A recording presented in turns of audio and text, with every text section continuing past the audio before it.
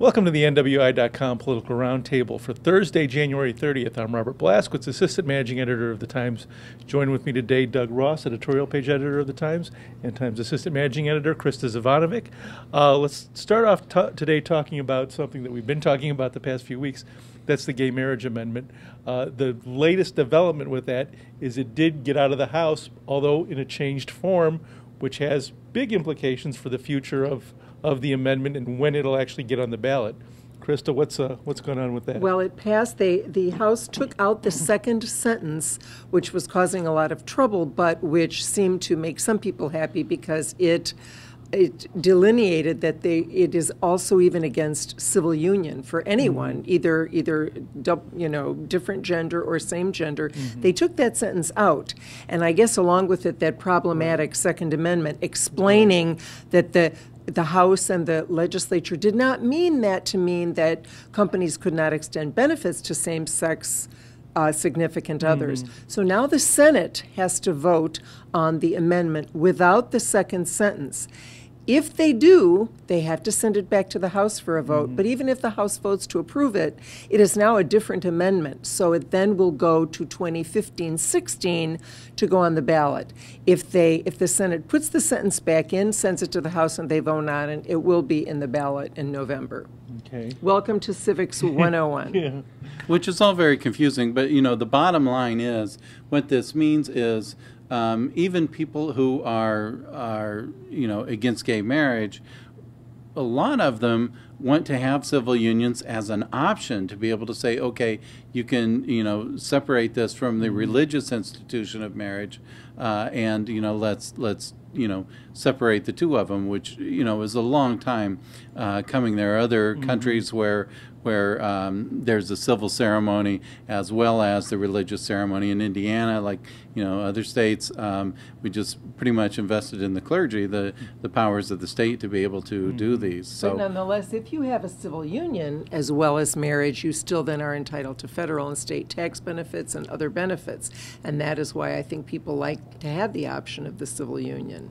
And then there are some, like the libertarians, who say that the state needs to get out of the marriage contract because actually the state is the third partner in a marriage contract. People don't realize that. They think it's just between the husband and wife or the husband and husband or wife and wife, but the state is the third party, and the libertarians say, let's just get rid of the state completely in marriage. Sounds nice, but then what do you do in cases of divorce and child support and custody and things like that? And when you're filling out your taxes, if you're that goes part and parcel with it too. If you're filing as a joint file married. So it's just adding more thorns to that lovely rose. Well, and it's not only the tax implications for the state, but it's also the concern about what about end of life decisions. Precisely. And there's you don't think about this when you're in your 20s, but the older you get, the more you realize what if my spouse, significant other, person I'm living with is in a bad car wreck.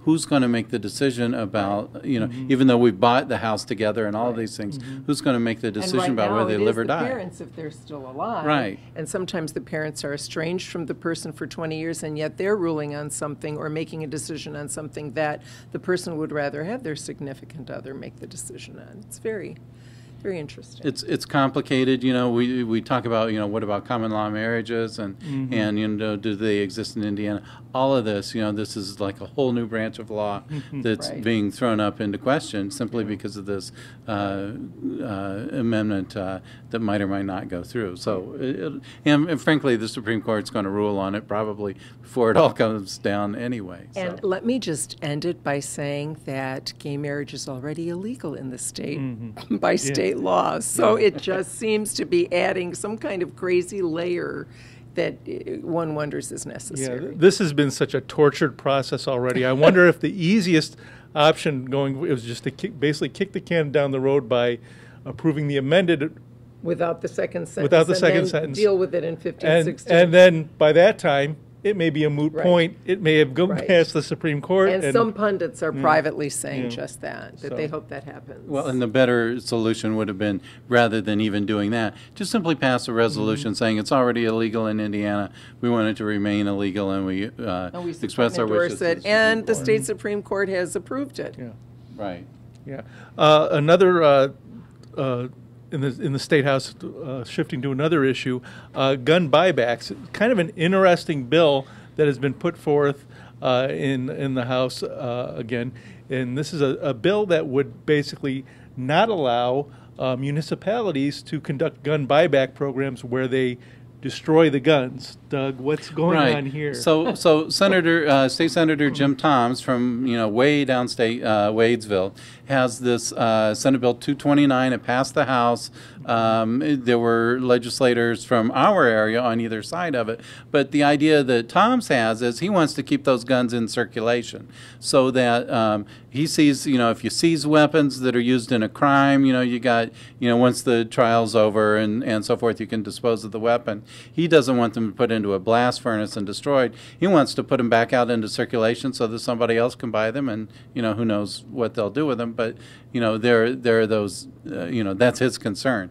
He sees it as a moneymaker for municipalities, frankly. And some of us, including Robert and I, we had a conversation about, I don't know if fetishizing is the right word, but maybe making the state legislature like medieval sextons. They are treating guns as though they are some religious, holy, sacred relic that must be preserved. And it just seems kind of crazy. And some cynics have said that this law they want on the books so that when 70,000 NRA members and their families descend on Indianapolis this summer for the annual convention, which will be held in Indy, they want to show that Indiana supports and likes them and their policies. Yeah, it's a strange kind of, for a conservative, from a conservative standpoint, when you talk about small government and not, letting local government do their thing, this kind of seems to go against that. And I think even one of the quotes was, I'm against, it might have been Tom's, but I'm not sure, don't quote me, I'm not against local control, I'm all for local control, but this one is so important. And it does beg the question, there are some in local law enforcement who don't want to go on the record to say this, but who think those gun buyback programs really don't do that much, that people bring shotguns that haven't been used in 20 years or handguns that are already jammed or not working, and then get a gift card and go out and buy other guns through their straw buy or whatever. They don't think they're that effective. But I think the issue is local control. If local municipalities and counties think that this is helping and it's something they want to do to even draw attention to it, they should be able to. It does seem like a strange preserving of guns as some holy item in our society. Well, the other thing to consider is, I even saw this on Fox News, so I know I know that even the hardcore conservatives would have seen the story this month that said that if you own, this was a study that looked at the results of other studies. They didn't have their own raw data, but their review of other studies found that if you had a handgun or a gun in your home, you were twice as likely to be a victim of homicide and 3 times as likely to commit suicide. So, these are things that, if you want to get rid of a gun, do you really want to just put it on your doorstep? Would be about the same effect as giving it to a gun buyback program that then recycles it out into the community where your son or daughter might come across it that way. So there are considerations here that I often say legislation wasn't really well thought out, and I think frankly this fits into that category. Well, before we end for the week, real quickly, your thoughts on the State of the Union on Tuesday from President Obama, your reaction to both it and kind of the Republican response. Well, I think that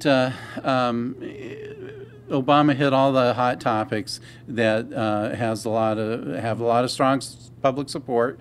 The path to citizenship for illegal immigration, for example, raising the minimum wage. There are all kinds of studies on either side of this, but the public sentiment is clearly for raising the minimum wage. So I think he appealed to the broader American audience, but keep in mind he was addressing a joint session of Congress where I don't think he convinced them.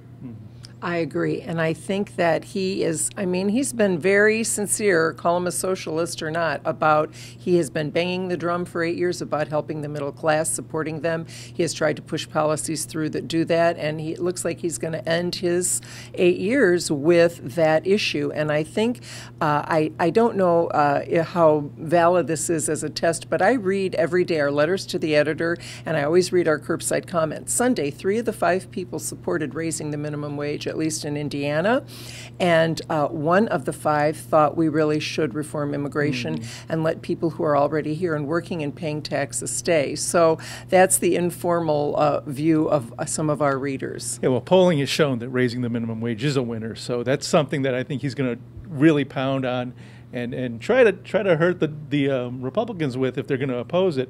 The other thing he really emphasized was equal pay for women too. So it's good also point. going after Yes, women, which I think, once again we're in an election year. I think they're really going to go after the women's vote. I think with so, those kinds too. of issues. Well, and I think, as we've seen with, the gay marriage proposal in Indiana, I think, the Republicans have alienated a lot of potential voters. So, Younger with Obama, voters, exactly, certainly, definitely. And, we saw the defection of women from the Republican Party in Indiana, especially with the Murdoch comments on rape in the 2012 election. So, basically, Obama is trying to get all of those people that might come to the Democratic side as he can, so that he can get members of Congress who will support his policies. And he was very careful to say very little about Obamacare and the messed up site, the national site. People are not letting him off the hook, and that's probably a good thing, but he did his best to deflect the negatives and focus on the positives for him and that was the something Democratic Party. that I noticed Dan Coates emphasized in Yes, his response. thank you. He Yes. posted a response to YouTube that he emphasized. Yeah. He tried to bring that up, so that's something that I'm sure Republicans Yes. are going to continue to pound Right. on their end. Well, that's all the time we have this week. Thank you for watching. We'll be back next week with another political roundtable.